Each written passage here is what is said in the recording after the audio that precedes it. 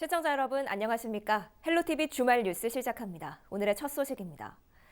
이재정 경기도 교육감이 신년 기자회견을 통해 올해 경기도의 교육 목표를 밝혔습니다. 선생님이 행복한 학교를 만들겠다는 청사진 아래 자유학년제와 고교학점제 등 혁신교육의 고삐를 바짝 당기기로 했습니다. 김호 기자입니다.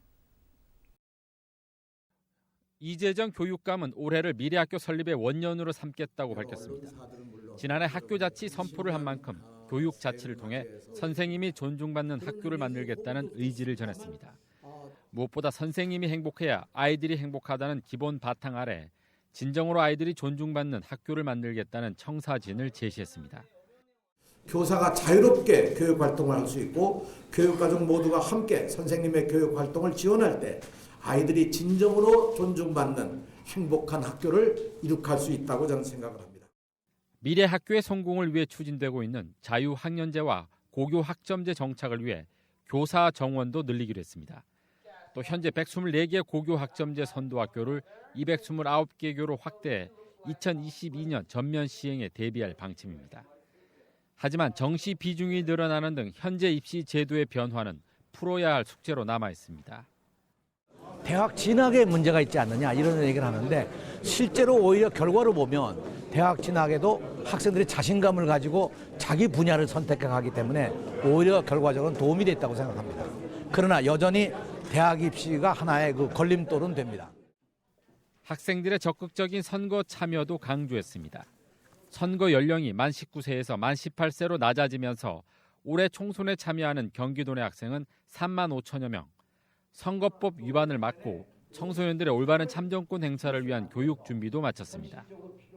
민주시민교육, 통일시민교육, 세계시민교육을 위한 교과서 3종 10권이 이미 발간이 다 돼서 2019년 도내 68.3%의 학교와 12개 시도 학생들이 교과 융합 토론 창의적 체험활동 현장에서 활용하고 있다는 것을 말씀을 드립니다. 이 밖에 교육 현장의 4차 산업에 맞는 수업 변화를 위해 교실마다 무선망과 무선 단말기를 보급합니다. 또 초등교사 210명을 대상으로 구글 코리아와 마이크로소프트사 등 세계 유수의 기업들과 미래 교육 활동을 함께 진행할 예정입니다. 헬로티비 뉴스 김호입니다. 지난해 국토부가 대장신도시 조성계획을 발표했는데요. 신도시 부지에는 포함되지 않았지만 바로 옆에는 폐기물 처리 시설인 하수처리장과 재활용 선별장이 있습니다.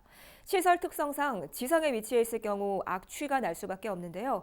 이 때문에 부천시가 시설 전면 지하화를 요구하며 LH와 협상을 이어가고 있습니다. 김진재 기자가 취재했습니다.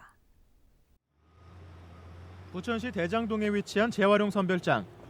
수작업으로 재활용품을 선별하다 보니 하루 처리 가능한 쓰레기양은 50톤 수준에 불과합니다.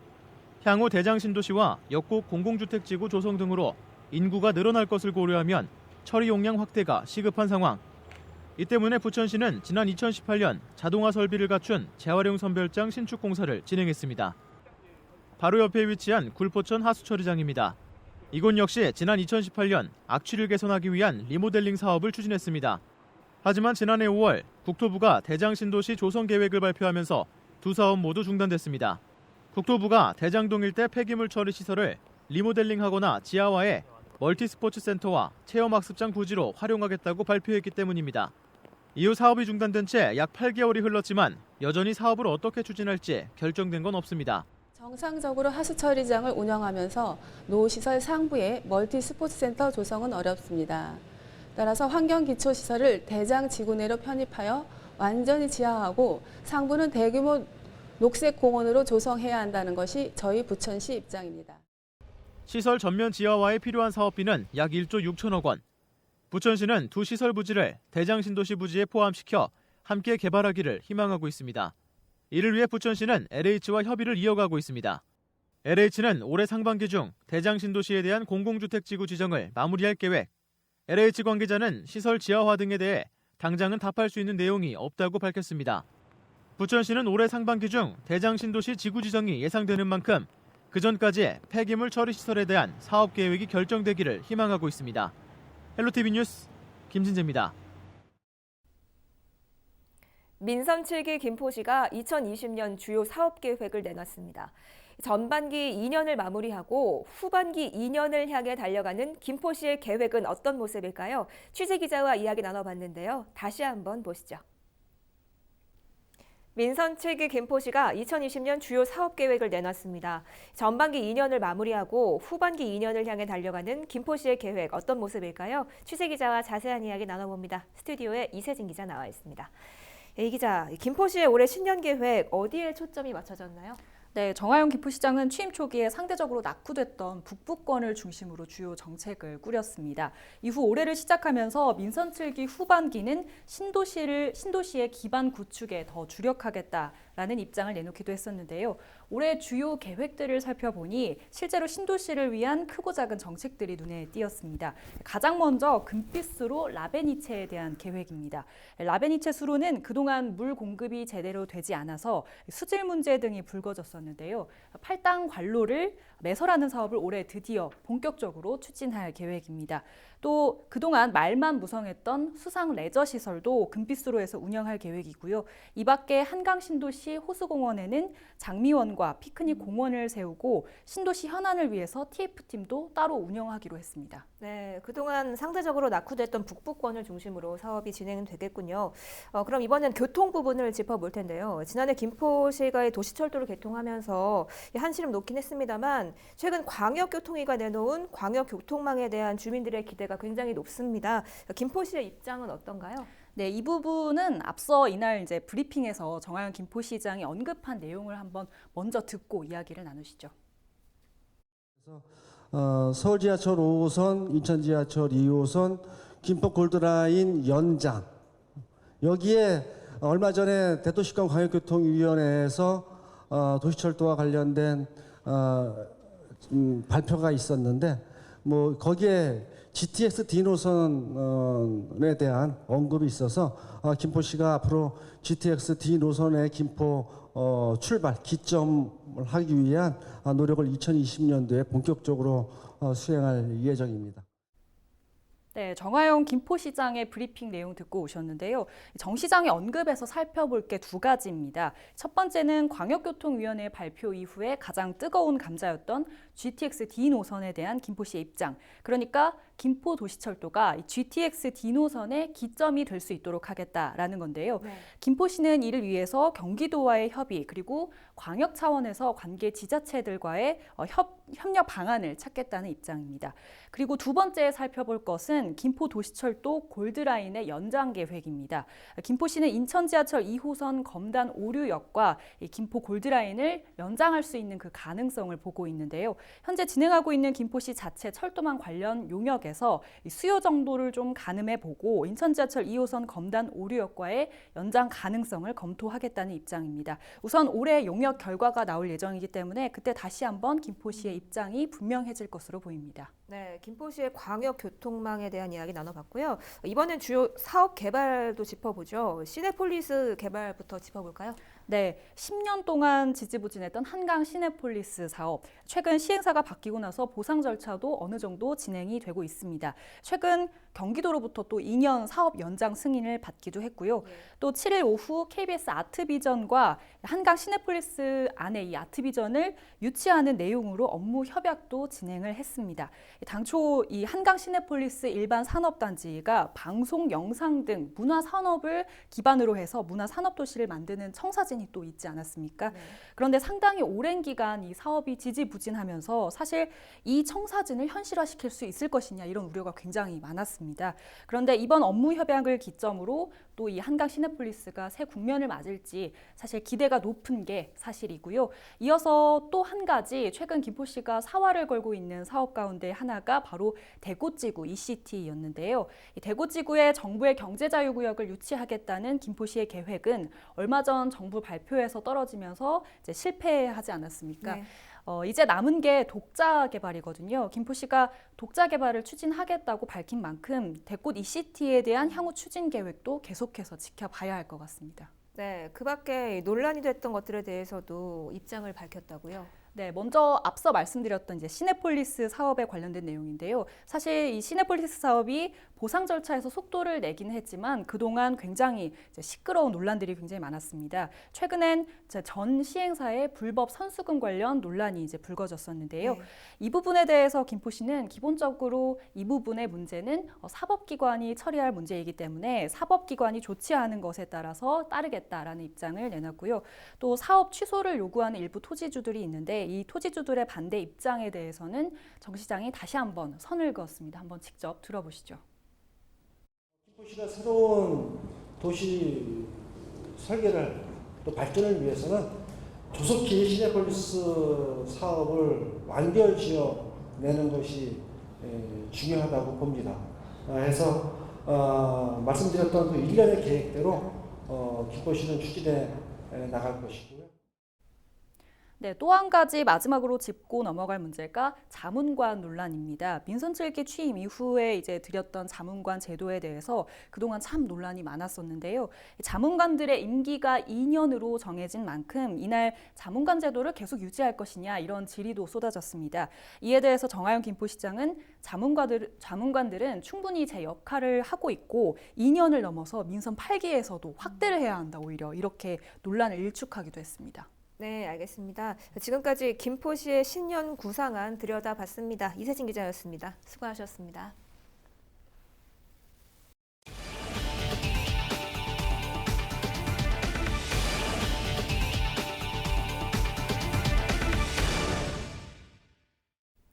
오는 4월 15일 치러지는 21대 총선이 석 달 앞으로 다가온 가운데 경기도민들은 지역 국회의원들에 대해 부정적인 견해를 갖고 있는 것으로 조사됐습니다. 가장 시급한 지역 현안으로는 일자리 등 경제 분야를 꼽았습니다. 김호 기자입니다. 경기도에 거주하는 만 19세 이상 남녀 808명에게 먼저 내일 선거가 실시되면 어느 정당 후보에게 투표하겠느냐고 물었습니다. 42.5%가 더불어민주당을 찍겠다고 답했고 24.6%는 자유한국당을 지지한다고 응답했습니다. 새로운 보수당 7.5%, 정의당 6.8%, 민주평화당 2.3%, 민중당 2%, 우리공화당 1.6%, 대한신당 0.9%의 지지율을 보였습니다.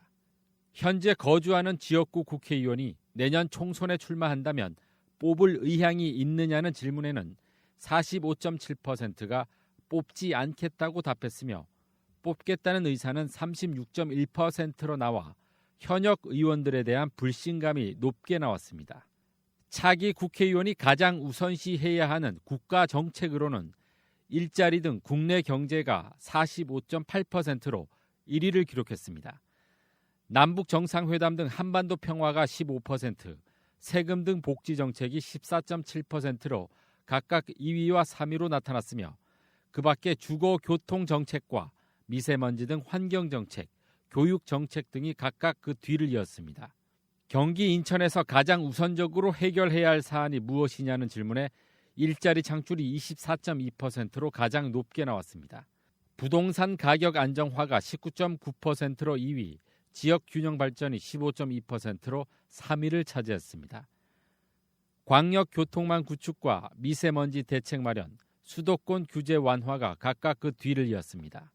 이 밖에 현재 20대 국회에 대한 점수를 묻는 질문에 과반 이상인 56.3%가 50점 미만이라고 답했으며 연동형 비례대표제 총선 영향도에 대해서는 68.2%가 영향을 미칠 것이라고 응답했습니다. 이번 조사는 경기일보가 여론조사기관인 조원 C&I에 의뢰해 지난해 12월 28일부터 이틀 동안 실시한 것으로 95% 신뢰 수준의 표본 오차는 플러스 마이너스 3.4%포인트입니다. 헬로티비 뉴스 김호입니다. 오늘 준비한 소식은 여기까지입니다. 저희는 언제나 지역 주민 여러분 곁에 있겠습니다. 시청해주신 여러분 고맙습니다.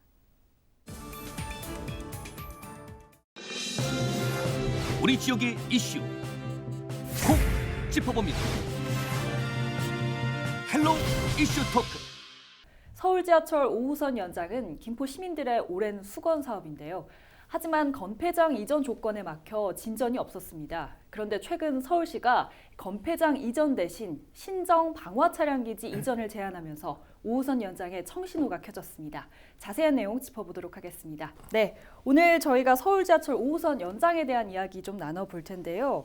5호선 연장 사실 저희 여러 차례 이야기를 나눠온 사안인데 최근 이 검폐장 이전에 막혀있던 5호선 연장 사업이 새 국면을 맞았습니다. 민주당 당정 간담회를 통해서 새로운 안이 나왔죠. 예. 2019년 지난 그러니까 12월 23일 날 당정 협의를 했어요. 그래서 참여 주체는 이제 김포 지역 국회의원, 또 강서, 양천, 서구, 또 서울시장이신 박원순 시장과 국토부에서는 최기주 그 대도시문건 광역교통위원장이 함께 참여를 했습니다. 네. 거기서 이제 기존의 서울시의 그 기존 그 방침은 검폐장과 철도 차량 기지를 패키지로 옮기는 게 항상 그 첫 번째 과제였지 않습니까? 네네. 이러다 보니까 어느 지역도 이 검폐장 문제에 대해서는 아주 기피 시설이기 때문에 받을 수가 없다라는 게 명확한 입장이었고요. 근데 이번에 나온 안은 이제 검폐장을 제외하고 철도 차량 기지인 그러니까 2호선의 신정 차량 기지, 5호선의 방화 차량 기지를 통합 이전하겠다라고 조건이 좀 변화된 게 그날 당정 협의에서 논의했던 내용입니다. 그래서 네. 이런 것들에 대한 용역을 수립해서 앞으로 기본 계획을 수립하겠다 이렇게 얘기가 된 걸로 알고 있습니다. 네, 뭐 어쨌든 검폐장 이전 문제에 대한 문제는 조금 사라졌습니다. 그런데 서울 2호선 신정 차량 기지와 5호선 방화 차량 기지 두 개를 동시에 이전하겠다. 네. 네, 이것에 대해서는 어떻게 혹시 생각을 하십니까? 그러니까 이게 이제 서울시의 큰 그림 속에 지금 있는 거예요. 뭐냐면 서울시 내에 산재돼 있는 곳곳에 산재돼 있는 철도 차량 기지가 꽤 있습니다. 네. 이것들을 지금 이제 그 경기도나 인천 지역으로 이전을 통해서 내부의 그런 그 부지를 활성화하겠다는 거거든요. 네. 예를 들어서 뭐 창동 차량 기지 같은 경우는 이제 남양주로 이전할 계획이 2024년까지 돼 있고, 그리고 또 구로 차량 기지는 이제 광명, 또 수색에 있는 차량 기지는 고양 이런 겁니다. 근데 지금 남아 있는 게 이제 현재 결정 안 된 부분들이 2호선 신정 차량 기지와 5호선 방화 차량 기지예요. 그래서 이게 그런데 검폐장이 요 부분만 지금 껴 있는 거 아니겠습니까? 네. 그래서 검폐장을 고수해가지고는 이것이 한 단계도 갈 수 없다라는 걸 서울시도 인식하고 있고, 그래서 우리 또 외곽에 있는 이 신도시들은 철도의 그 연장을 요구하기 때문에 철도가 연장되면 차량 기지는 그쪽으로 이전할 수밖에 없는 게 또 불가분의 관계 아니겠습니까? 그래서 각 양 지자체가 서로 윤인할 수 있는 그런 계기가 됐다. 그래서 저는 이건 굉장히 고무적인 일이라 보고 있고요. 그래서 서울시도 이전에 따른 용역 타당성 조사비 5억 원을 책정했지 않습니까? 그래서 아마 이게 올 상반기 중에 진행이 되면 내년 늦어도 하반기에는 이 결과가 나오지 않을까 이렇게 예상이 됩니다. 사실 이 검폐장 이야기가 나온 것도 저희 경제적 타당성 때문에 이제 사업성 때문에 나온 이야기였는데, 이 검폐장 이전 없이 신정 방화 차량 기지를 함께 옮기면 이 사업 타당성, 그러니까 BC 값이 나올 수 있을까요? 일단 지하철 5호선의 연장이 이제 김포 지역 주민들 입장에서는 수건된 사업이었죠. 근데 네. 검폐장을 포함하지 않을 경우 경제성이라고 하는 비식값이 매우 낮게 나온 것도 나타지면서 네. 검폐장 이전 없이는 5호선 연장이 쉽지 않은 것으로 나왔습니다. 그래서 신정 차량 기지는 약 24만 제곱미터 정도인데요. 근데 검폐장보다 좀 더 넓습니다. 그래서 이를 이전할 경우 해당 지역 개발을 통해 수익을 추가적으로 낼 수 있고, 또 어느 정도 경제성이 확보될 수 있을 것이라는 것이 이제 서울시의 입장인 거죠. 그러니까 검폐장 대신에 신정 차량 기지를 옮기면서 사업성을 좀 보완할 수 있다. 맞습니다. 네, 이런 말씀을 해주신 것 같습니다.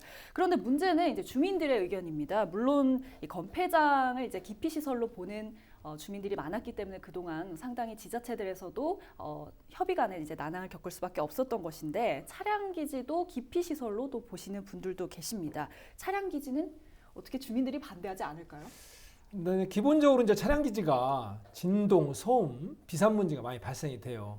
지금 서울시에 있는 그 차량 기지들도 과거 그 80년대 후반쯤에는 도시개발하기 이전이기 때문에 외곽했겠죠.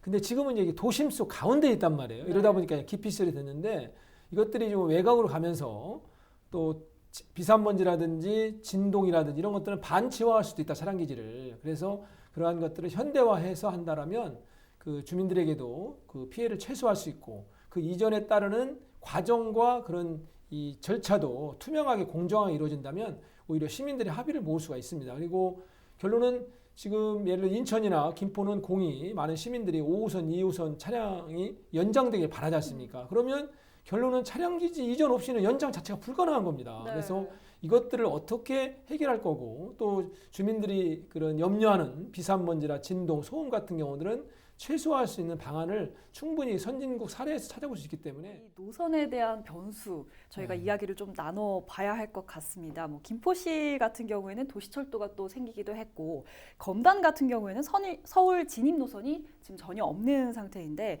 이 노선 계획에서도 어느 정도 변수가 될 수 있지 않을까요? 일단 그동안 사전 타당성 용역 등에서도 김포 도시철도는 이미 공사 중이었기 때문에 도시철도 관련된 사항은 반영돼서 용역이 진행되어 왔고요. 네. 실제 이용객 수나 이런 부분은 반영은 되겠지만 김포 도시철도 때문에 노선이 바뀔 리는 없을 것 같습니다. 일단은.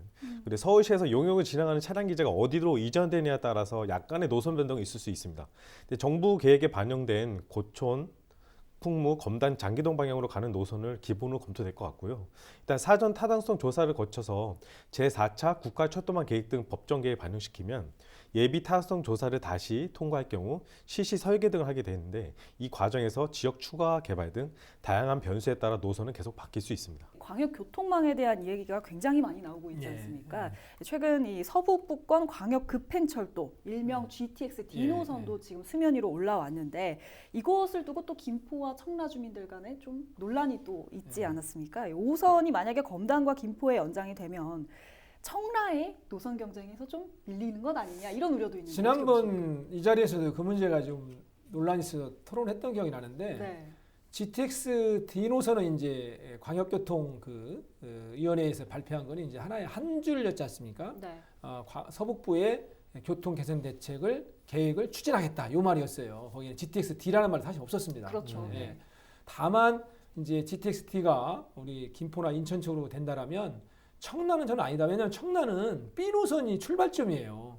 그 B가 출발점인데 또 거기다 D를 또 출발한다는 건 말이 안 되는 거고 그거와 관련 없이 그러니까 2호선과 5호선이 김포와 그 검단하고 관련 없이 그 D 노선은 청라에 출발할 수가 없고 네. 그 부분은 같이 맞물려 있는 김포 검단 속에서의 첫 출발지가 될 거다라는 것들이 합리적인 저는 계획이고 전문가들도 그렇게 지금 얘기를 하고 있어요. 그래서 이 문제는 2호선하고 5호선 연장과 또 다른 별개의 문제다. 왜냐하면 이건 진입하는 것은 서울 도심을 진입하는 게 GTX의 그 핵심입니다. 이 목적이. 네. 그리고 광역철도는 그 1.5km, 2km마다 역사가 여기 존재하는 거기 때문에 이게 그런 수단이라든지 목표가 약간 다르다. 정 기자께서는 어떻게 보십니까? 일단은 정부와 광역교통 2030 발표하면서 균형 발전 측면을 고려해서 서부권 광역급행철도 일명 GTX D 노선의 검토 입장을 밝혔잖아요.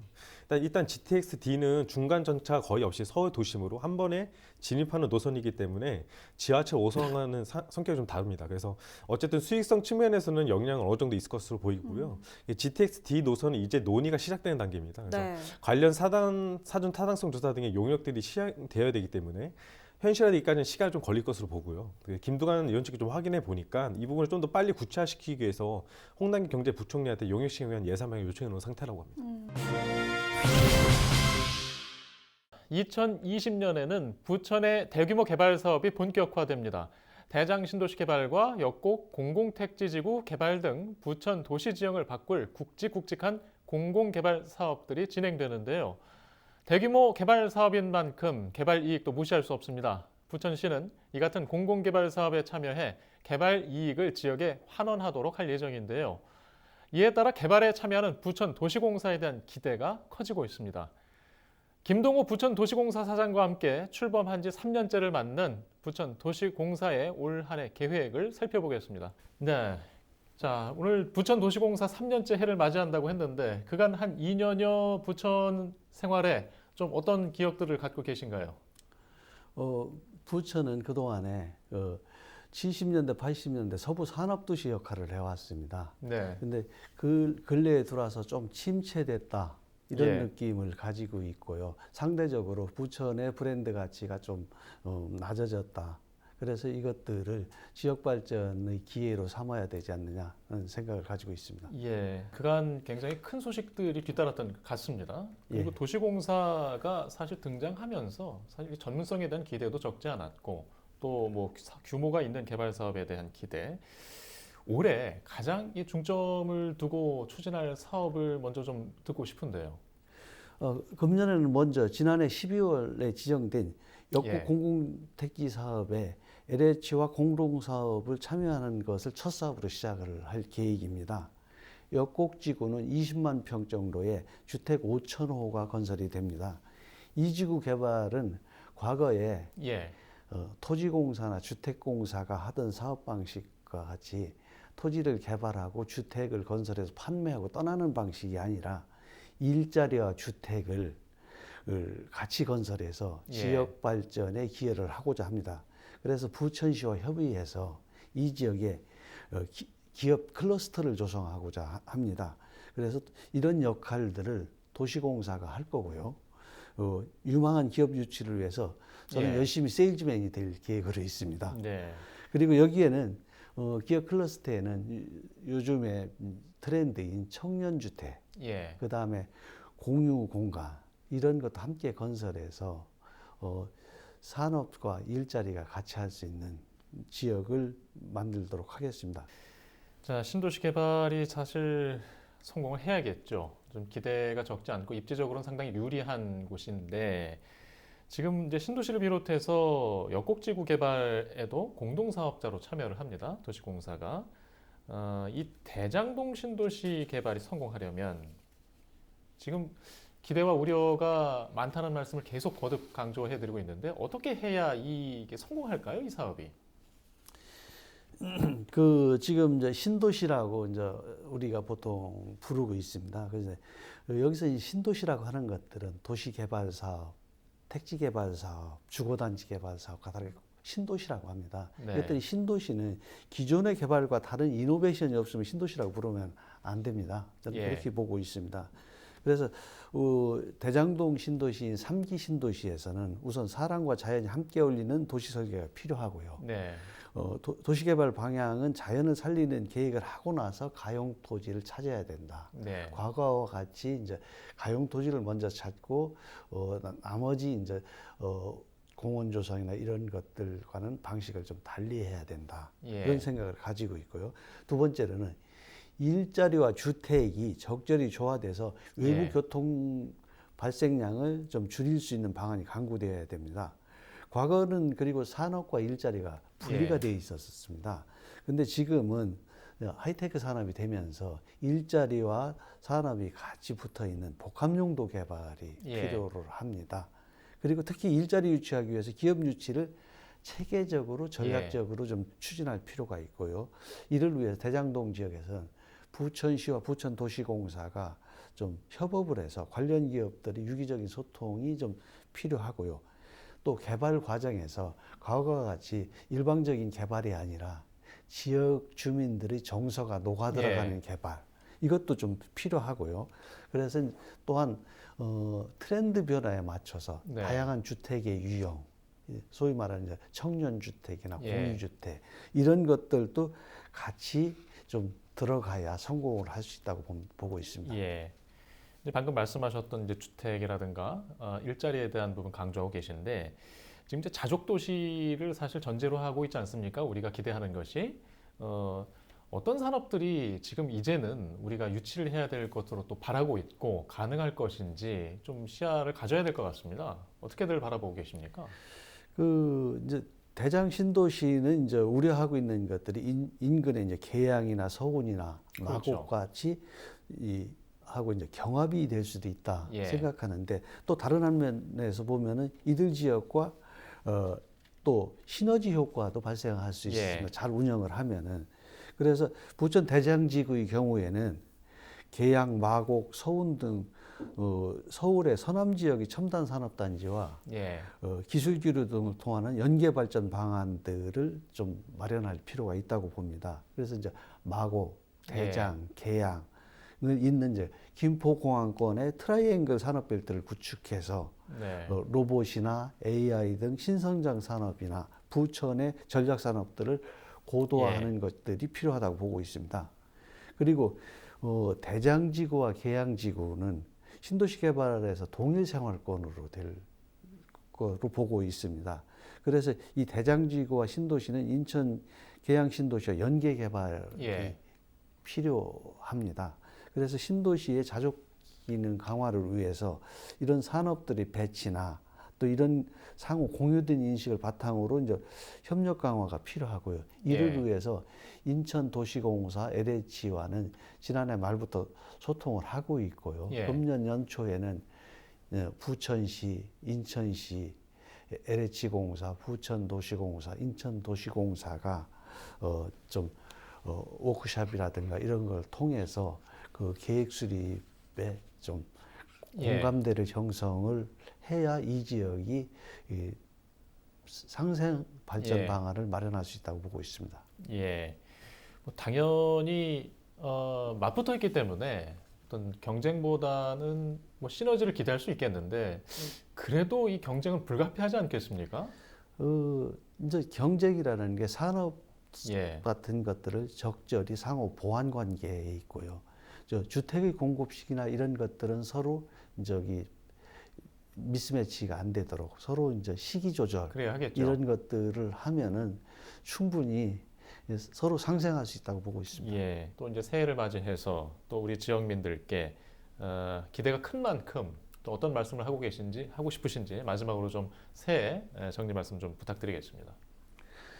지난 2년 동안 시민 여러분들의 적극적인 성원 덕분에 도시공사가 안정적으로 안착할 수 있었던 것 같습니다. 감사드립니다. 올해에는 본격적으로 도시공사가 개발 사업을 참여하게 됩니다. 도시개발 사업에 시민 여러분들의 의견을 적극 반영하고자 하는 많은 관심과 애정을 가져주셨으면 감사하겠습니다. 부천시가 문화도시를 표방한 지 21년 만에 법정 문화도시로 지정됐습니다. 생활문화도시 부천이라는 슬로건 아래 시민들이 기획하고 실현하는 문화도시로 만들겠다는 포부를 담았는데요. 문화도시로 지정이 되면서 앞으로 5년 동안 약 100억 원의 정부 지원을 받게 됩니다. 문화도시로서의 부천, 어떤 그림을 그려가게 될지 짚어봅니다. 네. 먼저 지금종 이사장께서는 부천이 문화도시로 조성이 되는 데 있어서 좀 직접 참여하시고 역할을 하셨다고 했는데 어떤 내용이었나요? 부천에 이제 제가 컨설팅을 좀 했었습니다. 예. 그래서 전체적인 방향성이라든가 또 사업 내용에 관련된 여러 가지 이제 조언들을 통해서 예.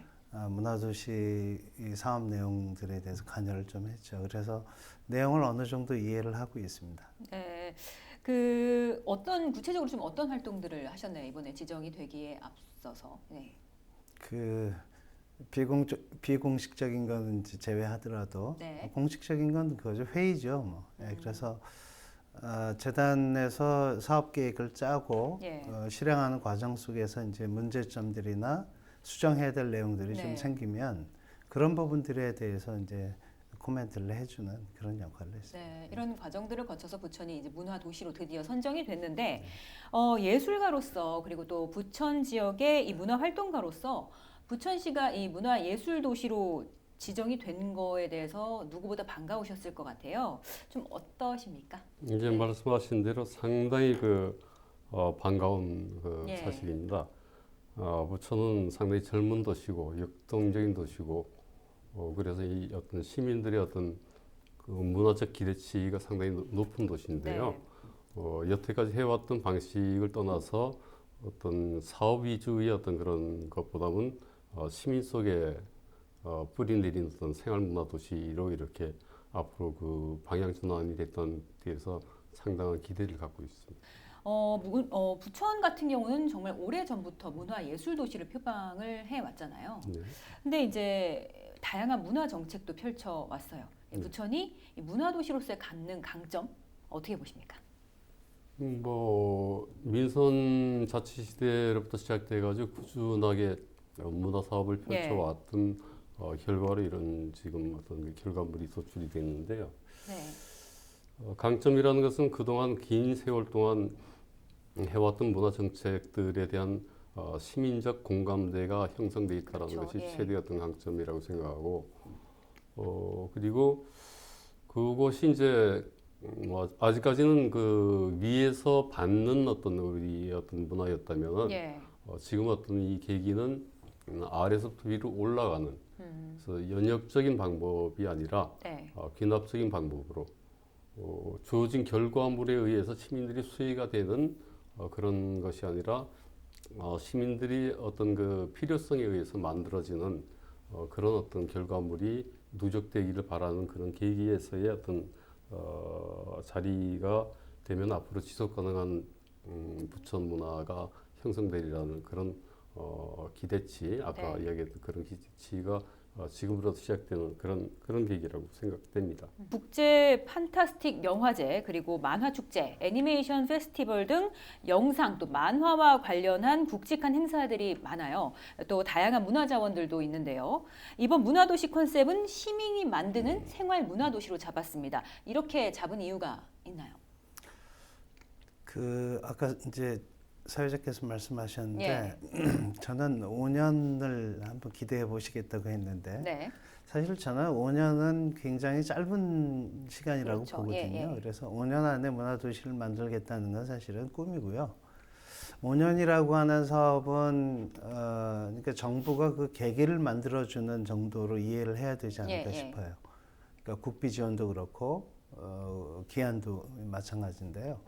그러니까 그 5년이라고 하는 기간 안에 여러 가지 단계들을 거치면서 토대를 좀 만든다 이렇게 네. 이해를 하시는 게 맞을 것 같고요. 장기적으로 뭐 외국 같은 경우는 굉장히 더 길게 하는 데도 있습니다만 20년, 25년, 뭐 심지어는 뭐 한 50년씩 잡고 하는 예. 데도 있거든요. 네네. 그래서 저는 길게 보고 이렇게 뭐랄까 이렇게 프로젝트를 만들어서 이렇게 던져주는 방식이 예. 아니라 그렇게 되면 시간이 지나면 똑같아지거든요. 다시 돌아오거든요. 예. 그래서 그게 아니라 이 도시 자체의 시민과 예술인과 이런 결합들을 통해서 도시 자체를 변화시켜 나가는 어떻게 보면은 문화적 관점에서 지역을 좀 혁신한다고 할까요? 그런 관점으로 길게 보고 가야 되는 거고요. 그렇다라고 한다면 이제 시민들의 다양한 모임들을 만들고 시민들이 주도를 할 수 있게 해주는 그런 판을 만들어가는 게 이제 네. 가장 중요하지 않을까 싶습니다. 그래서 시민들이 원하는 그 사업을 스스로 만들어가고 그런 것들을 실행해 나가는 지속 가능한 이제 추진 체계를 구성하는 이런 방향성이 훨씬 더 중요하지 않을까 싶습니다. 네. 문화 소비자가 아닌 이 생산자로서 시민들이 활동을 하려면 주민들이 이 부분에 대해서 누구보다 관심이 좀 많아야 할 것 같은데 이런 부분에 대해서 지역에서 뭐 인적 네트워크나 또 지역 인프라가 잘 돼 있다고 생각을 하십니까? 인적 인프라라기보다는 네. 인적 인프라가 형성될 수 있는 어떤 그 여건이 아직까지 부족했습니다. 사실은 네. 그것은 이제 이 지역의 어떤 문화적 생태계가 뭐 이렇게 풍부하다고 보지도 않고 네. 여건이나 인적 네트워크 자체도 아직까지 훈련이 좀 안 돼 있는 상태고요. 네네. 그래서 이게 앞으로 이제 풀어 나가야 될 과제인데 그래서 아직까지 행해왔던 그런 네트워크에 대한 획기적인 전환이 좀 필요하고요. 네. 아까 우리 이사장님께서 말씀하신 것처럼 도시를 만드는 데 있어서 어떤 아직까지 방식은 마스터 플랜을 어떤 전문가가 제안을 했습니다. 그러면 시민들은 거기서 공청회라든가 이런 걸 통해서 형식적인 어떤 결과를 거쳐서 이렇게 완성되거나 뭐 이런 방식을 지향을 해서 네. 그 청소년이나 뭐 이 시민들의 어떤 아이디어가 반영되고 그 아이디어라는 것은 그들이 어떤 생활 속에서 느꼈던 그 바람이거든요. 그 바람을 올려서 이것이 어떤 주민 합의를 거쳐서 최종적으로 전문가에 의한 마스터 플랜으로 형성되는 그런 단계 같은 것이 마찬가지로 어떤 여러 가지 문화 사업을 행하더라도 그러한 방식으로 좀 진행됐으면 그런 생각을 갖고 있습니다. 네, 앞으로 주민들도 많이 좀 고민하고 준비를 함께 해 나가야 할 것 같은데요. 새해 부천 시민의 삶 속에서 문화가 녹아들 수 있는 계기가 되기를 바랍니다. 헬로 이슈 토크 오늘 순서는 여기까지입니다.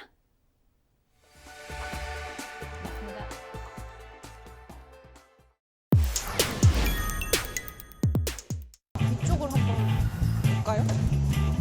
저장.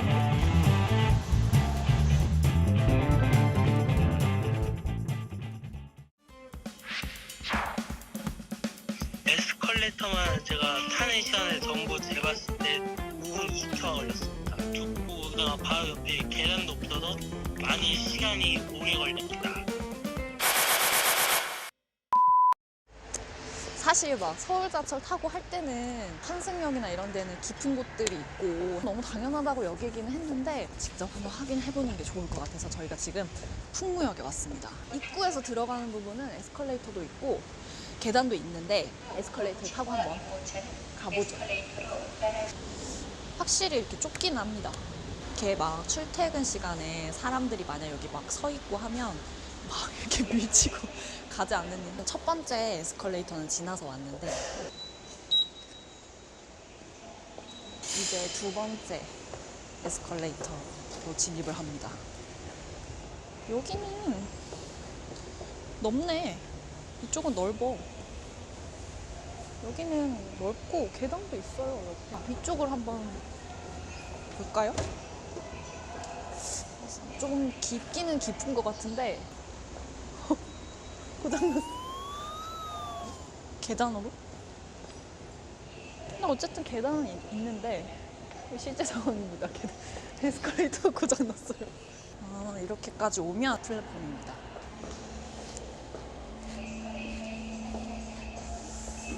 지금 우리가 아까 여기 출구 2번 출구에서 이렇게 내려와서 지금 지하 4층에서 탈 수 있는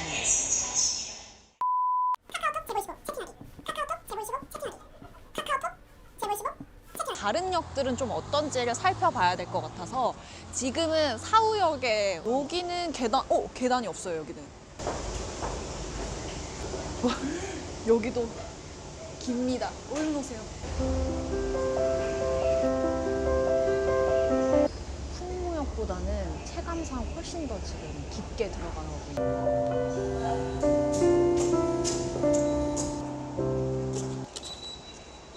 여기는 엘리베이터가 되게 많네. 여기 2개, 이쪽에도 2개 있거든요.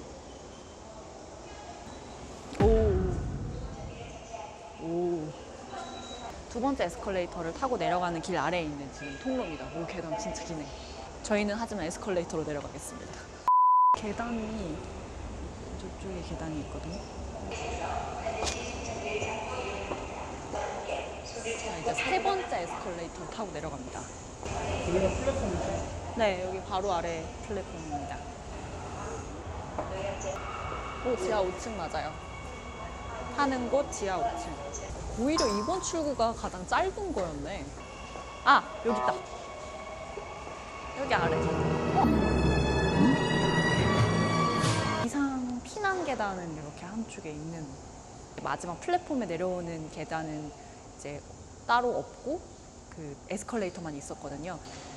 평상시 관계자는 갈 수 없고 재난시에 화재나 이런 경우에는 화재가 났을 때 이 마지막 플랫폼에 있었을 경우에는 대피하는 게 사실 에스컬레이터 고장났다는 상황 하에 계단으로는 얼마나 걸리나요? 한번 해볼게요. 아니 계단으로 해야 되나 굳이? 굳이? 에스컬레이터 놓고 굳이? 걸어서?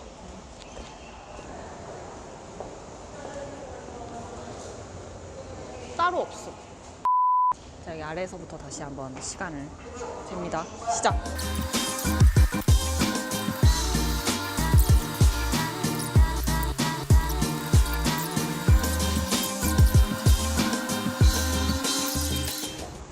지금 시간이 4분 정도?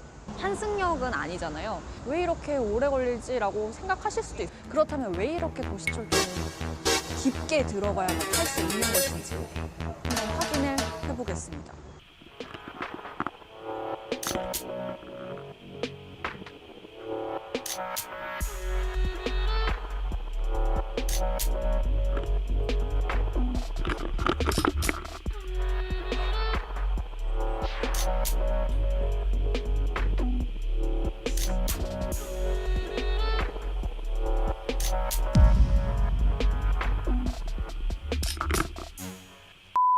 사람들이 많이 몰릴 때는 체감상 길게 느껴질 수도 있겠다. 다만 에스컬레이터만 있는 구간들도 덜어 있었거든요. 대피 계단이 마련되어 있음에도 불구하고 찾아보기 어렵다는 지점들은 분명히 있었습니다. 이 기자가 간다, 일상생활을 하면서 궁금하거나 이런 내용이 확인이 될까? 저희 팀에 많은 제보 부탁드립니다. 끝!